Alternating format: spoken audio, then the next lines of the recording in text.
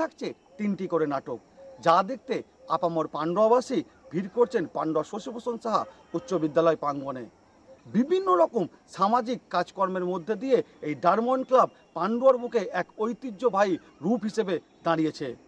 7 দিনের হচ্ছে প্রথম দিন আমাদের গৌতম হালদারের নয়ন আটোয়ার, দুসরা, আর শেষের দিন 31 তারিখ আমাদের মেঘনাথ ভট্টাচার্য সায়কের ধর্মাবতার পূর্ণাঙ্গ নাটক হচ্ছে।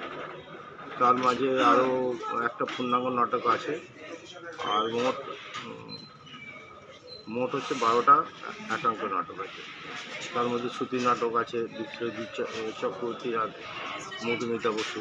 থিয়েটারের কোনো মৃত্যু হয় না, জীবন্ত মানুষের সঙ্গে জীবন্ত মানুষের ইন্টারাকশন থিয়েটার। আমাদের থিয়েটার করতে গিয়ে কোথাও কোনো বাধা বিঘ্ন উপস্থিত হয়নি। সারা পশ্চিমবাংলা ঘুরে বেড়াচ্ছি আমি, কোনো বাধা বিঘ্ন নেই কোথাও। আমরা মনের আনন্দ থিয়েটার করি।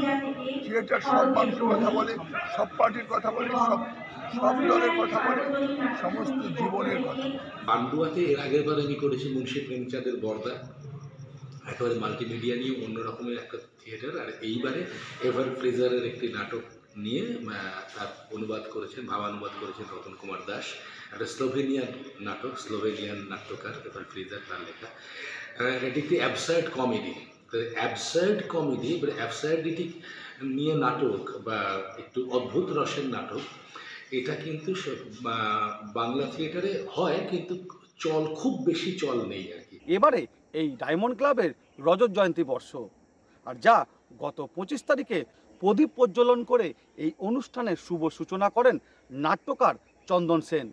পাশাপাশি এই অনুষ্ঠানে উপস্থিত হয়েছিলেন পান্ডুয়ার প্রাক্তন বিধায়ক আমজাদ হোসেন। আমার শহর পান্ডুয়া থেকে সুমন চক্রবর্তী, কলকাতা টিভি।